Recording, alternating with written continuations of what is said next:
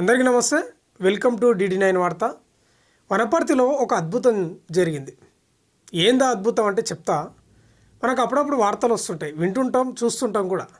శ్మశానం దగ్గరికి తీసుకుపోయిన శవం కూడా లేచిన పరిస్థితులు కొన్నిసార్లు విన్నాం, చూసినాము. మీరు కూడా చూసింటారు.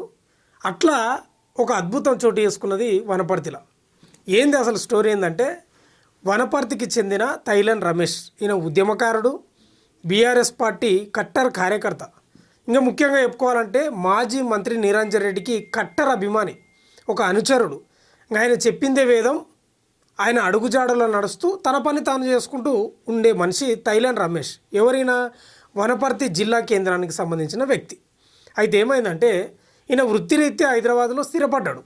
అంటే బతుకుదేరు వస్తారు కదా, ఏదో ఒక వ్యాపారమో లేకపోతే ఏదో పనో, ఏదో పని చేసుకోవడానికి లేదా వ్యాపారం చేసుకోవడానికి కొన్ని ఏళ్ళుగా ఉంటున్నాడు ఎక్కడ, హైదరాబాద్లోని. అయితే ఆదివారం రోజు ఏమైందంటే, వనపర్తికి వాళ్ళ బంధువుల ఇంటికి వెళ్ళిండు. ఏదో పని మీద వెళ్ళిండని అంటున్నారు. ఏది, వనపర్తిలోని పీళ్ళ గుట్టకి వెళ్ళిండు. అక్కడ బంధువుల ఇంటికి పోయి టిఫిన్ చేసిండంట. అంటే అల్పాహారం ఉదయం తింటారు కదా, టిఫిన్ చేస్తున్న క్రమంలో తిన్నాడు. చేయి కడుక్కుంటుంటే కొంత అపస్మారక స్థితికి గురైందట.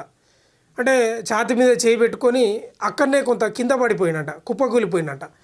ఇక వాళ్ళ బంధువులు ఉంటారు కదా, ఆ బంధువులు వచ్చి, అంటే ఇంట్లోనే ఆ బంధువులు చూసే వరకు ఉలుకు లేదు, పలుకు లేదు. పిలిస్తే పలుకుతలేడంట, ఏమంటలేడంట.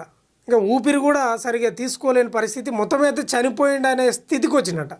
ఇక బంధువులు ఏం చేశారంటే హాస్పిటల్కి తీసుకుపోలేదు. వాళ్ళు చేసిన పొరపాటు ఏంటంటే హాస్పిటల్ తీసుకుపోలేదు. మనం ఎవరైనా ఏం జరిగినా హాస్పిటల్ తీసుకుపోయి డాక్టర్ దగ్గర చూపిస్తాం. డాక్టర్ కన్ఫర్మ్ చేస్తే ఇంకా చనిపోయిండని మనం భావించి ఇంటికి వచ్చి కార్యక్రమాలు అన్నీ చేసుకుంటాం. కానీ వాళ్ళు చేయలే. వీళ్ళే డాక్టర్లులాగా, కుటుంబ సభ్యులే, వాళ్ళ బంధువులే డాక్టర్లులాగా మరి అనుకున్నారో ఏం కథనో తెలియదు, కానీ ఇంకా చనిపోయిండని ఇక మొత్తం దుప్పటేసి పండబెట్టి పూలదండలు వేసి ఆ కథలు వేసి, అంటే వాళ్ళు ప్రయత్నం చేసిరంట. అంటే పిలిస్తే పలకకపోవడం, ఊపిరి రాకపోవడం, రకరకాలుగా. ఇక చనిపోయిండని వాళ్ళే డాక్టర్ దగ్గరికి తీసుకుపోకుండా అన్ని కార్యక్రమాలు చేస్తున్నారు. ఇక హైదరాబాద్ నుంచి వాళ్ళ కుటుంబ సభ్యులకు కూడా సమాచారం ఇవ్వడంతో వాళ్ళు రావడం, హుటాహుటిన బంధువులు, వాళ్ళు వీళ్ళు చుట్టుపక్కల అందరు మొత్తం రెడీ చేసుకుంటున్నారు. ఇక దుప్పటి మూసిర్రు, మొత్తం ముక్కులో పత్తి పెట్టినరు. ఇక నెత్తి దగ్గర పెట్టాల్సిన ఊదిబత్తులు అన్నీ పెట్టినారు. అన్ని కార్యక్రమాలు అయిపోతున్నాయి. పూలదండలు వేసారు, వచ్చేటోళ్ళు వస్తారు, చూస్తున్నారు, ఏడ్చేటోళ్ళు ఏడుస్తున్నారు, అంతా అయిపోతుంది. ఈ సమాచారం ఎక్కడ పోయింది? మాజీ మంత్రి నిరంజన్ రెడ్డి దగ్గరికి పోయింది.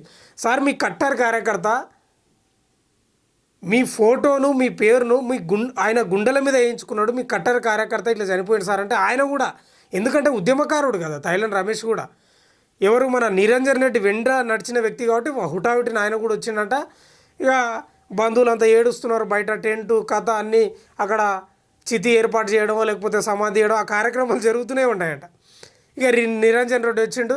ఇక అభిమాని కాబట్టి ఇంత పూలదండ వేసి ఒకసారి చివరిసారిగా ఆ తైలన్ రమేష్ గుండెలపై, ఈ ఎదపై ఈయన ఫోటో ఉంది కాబట్టి ఒకసారి చివరిసారిగా చూసుకుందామని ఆ గుండీలు తీసి చూస్తున్నాడంట.